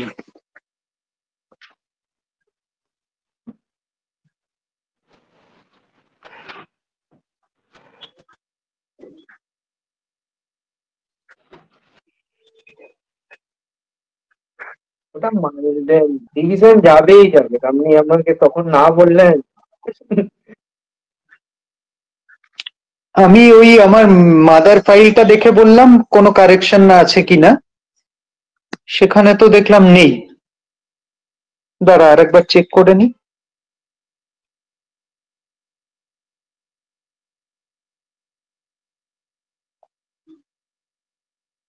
ও আচ্ছা, না, ও আচ্ছা আচ্ছা আচ্ছা, ঝামেলাটা ওখানে নেই, ঝামেলাটা এখানে। 11 হবে না, ওটা 16 ধরেছে এরা। মানে প্রশ্নে 11ই আছে, আনসার করার সময় ওরা 16 ধরেছে। তাহলে হয়ে যাবে। হুম, টাইপিং টাইপিং না, মানে আমি যেখান থেকে টুকেছি, এটা তো প্রিভিয়াস ইয়ার, তো সেখানে এইটাই ছিল, ওই জন্য আমি তোকে চেক করেও ঠিকই বললাম। এখন দেখছি উত্তর করতে গিয়ে 11-র জায়গায় 16 করেছে।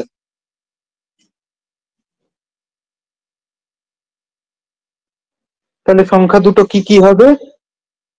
16x, 16y, 16xy, এটা 16 দিয়ে কাটাকাটি যাবে, 16 হ্যাঁ, দিয়ে গেলে হবে 735 আছে। 735। হুম। তাহলে এবারে কি কি হতে পারে, এক্স আর ওয়াই এর কম্বিনেশন দেখা যাক।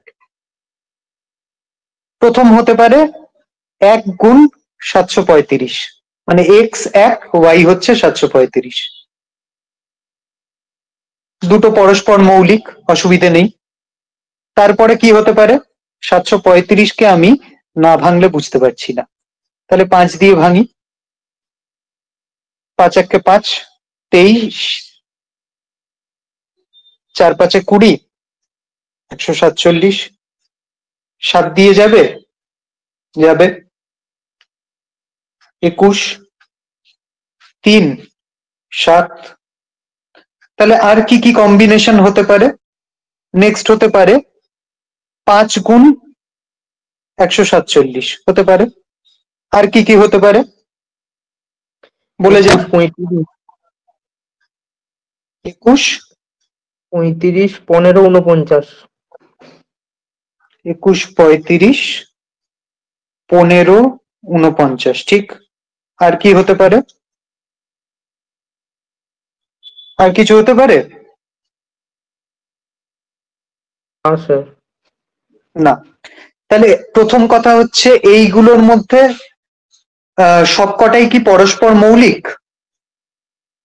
না, কোনটা না? 21, 35 তো হবে না। কত দিয়ে যাবে? 21, 35 হবে না যে বললি। 7। না না, হবে 7 হবে, দিয়ে যাবে। 7 দিয়ে যাবে। হবে? স্যার 21, স্যার 21 35 স্যার, আর বাকিগুলো 21 পরস্পর মৌলিক। 35টা হবে না, আর 21 বাকিগুলো 35টা বাদ দিয়ে বাকি 15, সবকটাই 49। হবে। হ্যাঁ, কিন্তু এইবারে প্রথম ব্যাপার দুটো হচ্ছে দেখ, এইবারে প্রথম দুটো খেলাটা এখানে। হবে না। আমাকে বলছে 3 অঙ্কের সংখ্যা, তার মানে প্রথম আমি যদি 735 পেয়ারটা ধরি, আমার প্রথম অঙ্কটা হয়ে যাবে 16 16। গুণ 16 একটা, আর একটা হচ্ছে 16 গুণ 735। একটা হচ্ছে 2 অঙ্কে নেমে এলো, আর একটা কোথায় যে মাথা ছাড়িয়ে বেরিয়ে গেল ঠিক ঠিকানা নেই। গেল এখানেও তাই, 16 গুণ 5, এটাও একটা 2 অঙ্কের সংখ্যা হবে, 5 16 80। এখানেও একই গন্ডগোল। তাহলে এই তিনটে পেয়ার কেন আমি ডিসকার্ড করলাম, কারণ লিখতে হবে যে এইটা করলে একটা 2 অঙ্ক একটা 4 অঙ্ক আসছে, এটাতেও তাই, এটাতেও একমাত্র 3 অঙ্ক 3 অঙ্ক আসবে তাহলে এই পেয়ারটা থেকে। তাহলে সংখ্যা দুটো হচ্ছে 15 গুণ 16, আর একটা হচ্ছে 49 গুণ 16। বোঝা গেল? 240 আর 784। 240 আর 784। ভালো অঙ্ক ছিল তো এটা। হ্যাঁ স্যার। এটা প্রিভিয়াস ইয়ারের কোয়েশ্চেন, তোর সম্ভবত ওই 1999 বা 2000 এর কাছাকাছি সময়ের। তো খুব ভালো অঙ্ক লাগলো, দিয়ে দিলাম। চল 8। এইটাতে অনেকে হড়কেছে, 9টা। কি গন্ডগোল? ওই লং ডিভিশন মেথডটা ঠিক করতে পারছিলাম না। লং ডিভিশন মেথডটা ঠিক করতে পারছি না। আচ্ছা, আগে আমরা একটা ছোট লং ডিভিশন মেথড করি। ধরা যাক আমি বললাম দুটো নাম্বার আছে, 14 আর 16। এটার লং ডিভিশন মেথডটা হয় কি করে? তুই 14 থেকে 16 দিয়ে 14 দিয়ে 16কে ভাগ করবি, এখানে আসবে হচ্ছে 1, এখানে আসবে 14, 2 নামবে। এই 2 দিয়ে আবার আমরা ভাগ করব 14কে, যদি মিলে যায় আমার গল্প শেষ, 7 দুগুণে 14। তাহলে আমার আলটিমেটলি রিমাইন্ডার কিছু থাকলো না। যতক্ষণ না রিমাইন্ডার 0 হচ্ছে আমাকে কাজটা চালিয়ে যেতে হবে। লাস্টে যে ভাজকটা দিয়ে আমার রিমাইন্ডার 0 এলো সেটা হলো আমার এইচসিএফ, রাইট? তাহলে এখানে 14 আর 16র মধ্যে 2 হচ্ছে আমার এইচসিএফ। এইটা হচ্ছে লং ডিভিশন মেথড। তাহলে আমাকে এইখানে অঙ্কটা সাজাতে হবে। সাকসেসিভ ডিভিশন বা লং ডিভিশন একই ব্যাপার, ঠিক আছে? তাহলে এখানে 3টে ধাপে তো কোশেন্ট পাওয়া গেছে, তার মানে স্যার? প্রথমে এরকম একটা কিছু এসছিল। হ্যাঁ, স্যার বলছি এখান থেকে এলসিএম বের করা যায় লং ডিভিশন থেকে? এইচসিএফ বের করে তারপরে এলসিএম বের করা যায়। এমনি এটা ইউজুয়ালি এইচসিএফ বের করারই মেথড। আচ্ছা আচ্ছা, ঠিক আছে স্যার। ঠিক আছে, তাহলে এটায় 3টে সাকসেসিভ কোশেন্ট বা ভাগফল পাওয়া গেছে, মানে 3 ধাপে ভাগ হয়েছে। প্রথম ধাপে কাউকে দিয়ে ভাগ করেছি, তারপরে কিছু একটা রিমাইন্ডার এসছে, তাকে দিয়ে আবার ভাগ করেছি, আবার একটা রিমাইন্ডার এসছে, তাকে দিয়ে আবার ভাগ করেছি, ফাইনালি মিলে গেছে। এই হচ্ছে গল্প। এখানে প্রশ্নে বলেছে আমার লাস্ট সাকসেসিভ কাকে দিয়ে, লাস্ট ডিভাইজার হচ্ছে 41 এবং সাকসেসিভ কোশেন্ট হচ্ছে 2, 4, 2। তাহলে আমাকে অ্যাকচুয়ালি খেলাটা খেলতে হবে লাস্ট থেকে। 41 দিয়ে কাউকে ভাগ করে 2 ভাগফল এসছে এবং ভাগটা মিলে গেছে। তাহলে আমি কাকে ভাগ করেছি? 82। আমার প্রথম প্রশ্ন। এটা সবাই মিলে বলতো, একটু পার্টিসিপেশন চাই। 82 স্যার। 82। 82। তাহলে 82 কে ভাগ করেছিলাম। তাহলে আমি দেখলাম যে আগের যেটা ভাজক সেটা এখানে এসে জুড়ে বসে, তার মানে এই 82 আগের কেসে ভাজক ছিল না? Yes sir. মানে আমি ব্যাক ক্যালকুলেশন করে এগোচ্ছি। তাহলে আরেকটা ভাগ অঙ্ক, এইটুকু পোর্শনকে তুই নজরে রাখ, যেখানে 82 কে দিয়ে ভাগ করে আমার 4 ভাগফল আর 41 ভাগশেষ। 82 ইন্টু তার মানে আমার সংখ্যাটা কি? 82 ইন্টু 4 প্লাস 41, ভাজক গুণ ভাগফল যোগ ভাগশেষ। তাহলে এই সংখ্যাটা কি? 328 প্লাস 41 369। 9 369। তাহলে আবার আগের মতো এই জিনিসটাই উপরে উঠেছিল না, যাকে নামিয়েছিলাম 369, তাকে দিয়ে কাউকে ভাগ করে 2 ভাগফল আর 82 ভাগশেষ এসছে। তাহলে 369 ইন্টু 2 প্লাস 82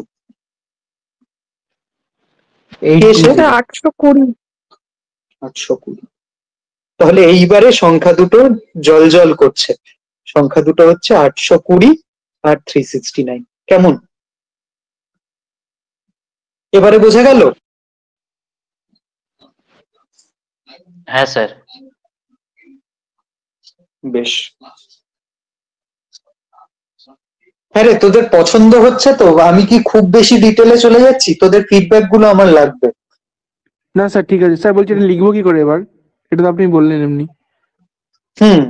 প্রথমে এই ডিজাইনটা রেডি রাখবি, তারপরে লেখাটা হবে ওই আমরা জানি ভাজক গুণ ভাগফল যোগ ভাগশেষ এটা। তাহলে শেষ ভাগশেষ দেখ। স্যার আমি যে ওটা এবিসি করে করেছি ওটা তো ঠিক আছে। হ্যাঁ তাও, হ্যাঁ আমি তো নাম্বার দিয়েছি। হ্যাঁ হ্যাঁ ফুল মার্কসই তাহলে ওটাও লেখা যায়, এ বি সি ধরে নে,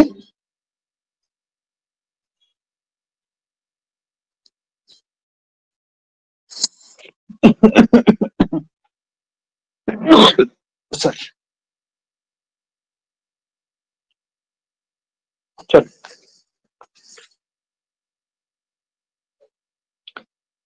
শেষ ভাজ্য সেটা কি হবে? 41 ইন্টু 2 যোগ 0।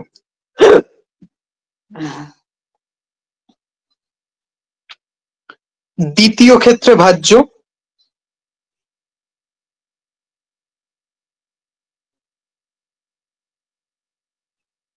এই যে পাশে কিন্তু এই ফরম্যাটটা করে নিবি রে, বুঝেছিস? যেটা করলাম আমরা এখানে 241, তাহলে এখানে চলে এলো 82, 82 হচ্ছে এখানে চলে গেল, এখানে 4, তাহলে দ্বিতীয় ক্ষেত্রে ভাজ্য কি? 82 ইন্টু 4 প্লাস 41 কত হলো? 369।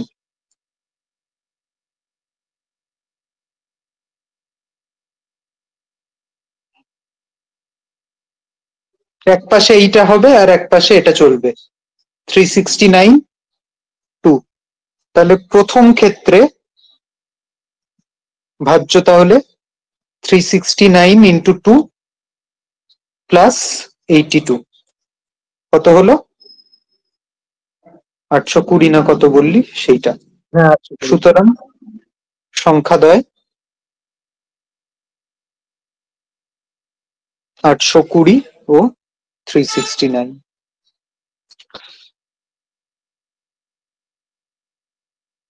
এটা তো খুবই সহজ, এটা সবাই পেরেছে, এটা নিয়ে সমস্যা নেই। এটা কি করব? এটা কারোর খুব একটা ভুলও পাইনি, সবাই ফুল মার্কসই পেয়েছে। এটা করার প্রয়োজন আছে? না না স্যার, এটা স্যার। তো হয়েছে।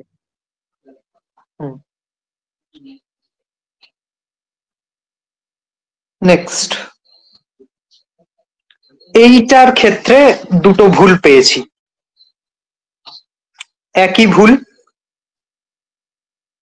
যাত্রী সংখ্যার ক্ষেত্রে যারা 4x x ধরছো তারাই আবার ওখানে গিয়ে x আর 40x ধরছো, দুটো একসাথে হবে না, এটা y আর 40y ধরতে হবে। আর অনেকে এই ক্ষেত্রে x আর 4x ধরলে আমাদের ফেয়ার বা ভাড়া, কিন্তু যাত্রী সংখ্যাটা তোমরা অ্যাজ ইট ইজ রেশিও ধরে নিলে, এটা করলে হবে না। 1 আর 40 তো কোনো ডেফিনিট ভ্যালু না, তাহলে ওখানে আমায় y আর 40y ধরতে হবে। কথা বোঝাতে পারলাম? ওই জন্য অনেকের নাম্বার কেটেছে। কার কার এরকম হয়েছে বল? হ্যাঁ, এটা আমার আমার হয়েছে, হয়েছে ওই স্যার, আমি জন্য। দুটো এক্স ধরেছিলাম।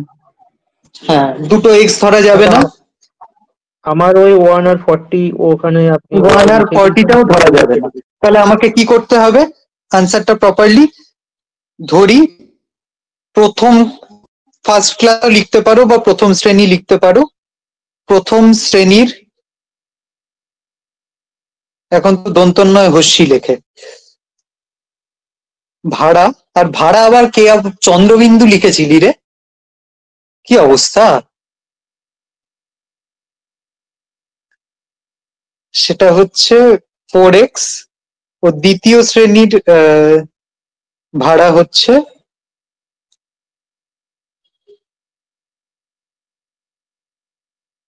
x, যেখানে x is not equal to 0।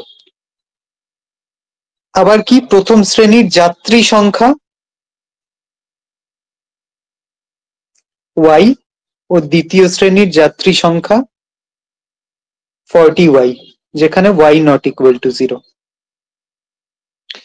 আমরা জানি মোট ভাড়া সমান সমান প্রতি টিকিটের ভাড়া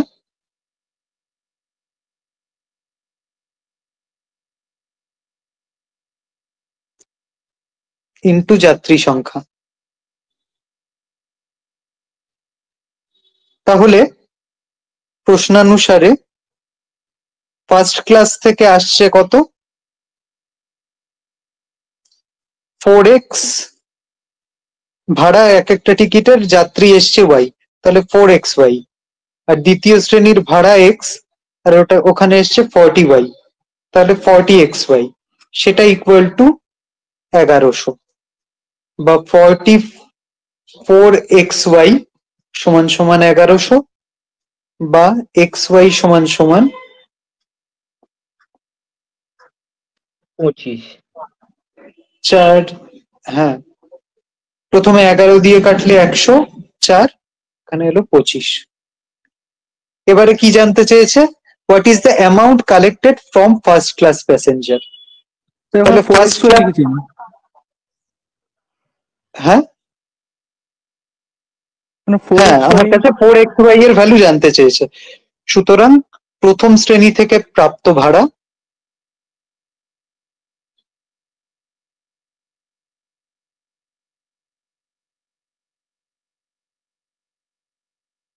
(4xy) that is 4 into 25 অর্থাৎ 100 টাকা। ঠিক আছে হ্যাঁ স্যার। আগের লাস্ট অঙ্ক, স্যার আগের স্লাইডটা। হ্যাঁ বল।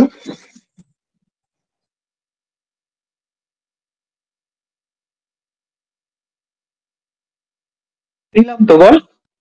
হ্যাঁ ঠিক আছে স্যার, বুঝতে পেরেছি।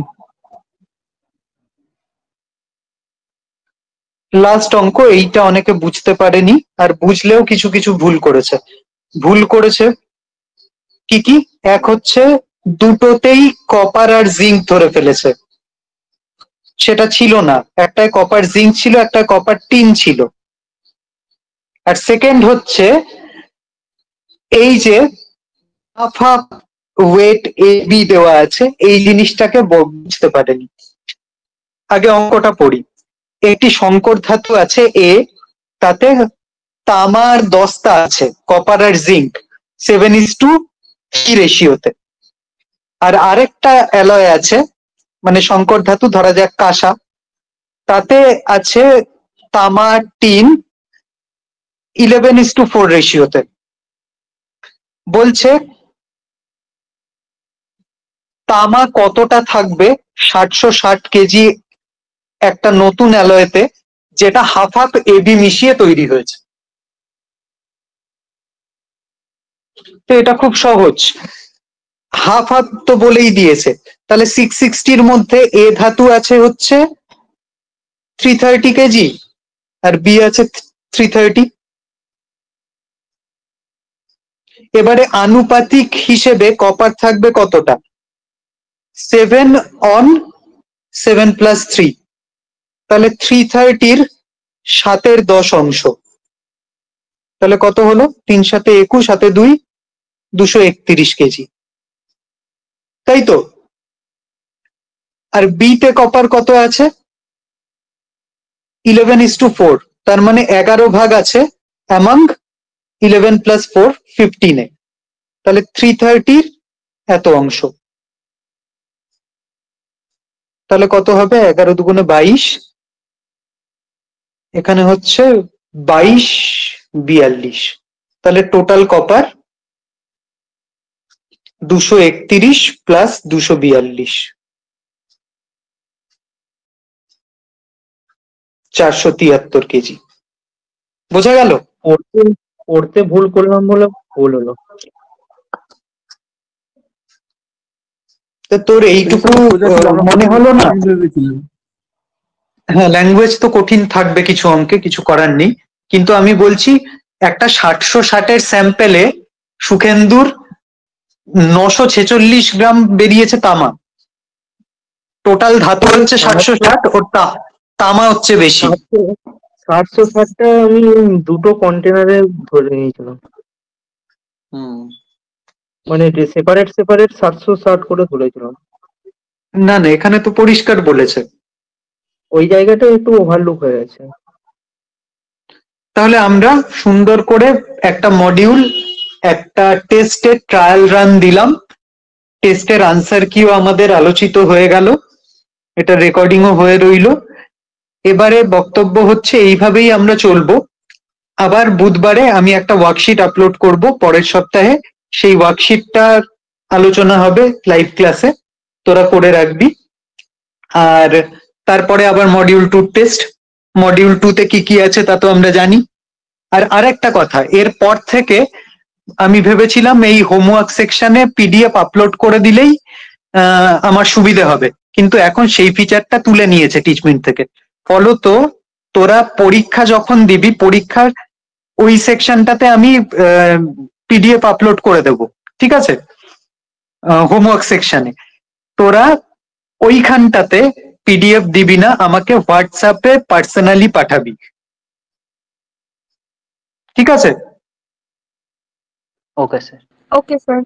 কোন নাম্বারটায়? 700 নাম্বারটায়। যাদের কাছে আমার আগের নাম্বারটা ছিল সেটা খুব শিগগিরই বন্ধ হয়ে যাচ্ছে, ফলে ওই 700417 দিয়ে শেষ যে নাম্বারটা, যেটা অফিসিয়াল নাম্বার, সেটাতেই হোয়াটসঅ্যাপ করবি। তাহলে এবার বল, একটা টেস্ট দিয়ে কি মনে হচ্ছে, কোথায় দাঁড়িয়ে আছি আমরা? হবে তো? ভালো কনফিডেন্স পাওয়া যাচ্ছে? খুঁটিনাটি জিনিস আলোচনা হচ্ছে তো? হ্যাঁ হ্যাঁ, স্যার স্যার। একদম। হ্যাঁ স্যার ভালো হচ্ছে। এটা খালি ধরে থাকতে হবে, আর লাইভ ক্লাসে প্লিজ থাক, দেখবি খুব ভালো হবে।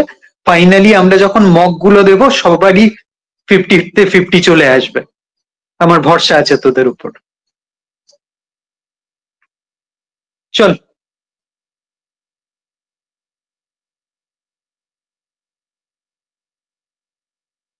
ঠিক আছে, আমি তাহলে you, sir. বুধবারে আপলোড করছি। ওকে, বাই। হ্যাঁ স্যার, ধন্যবাদ।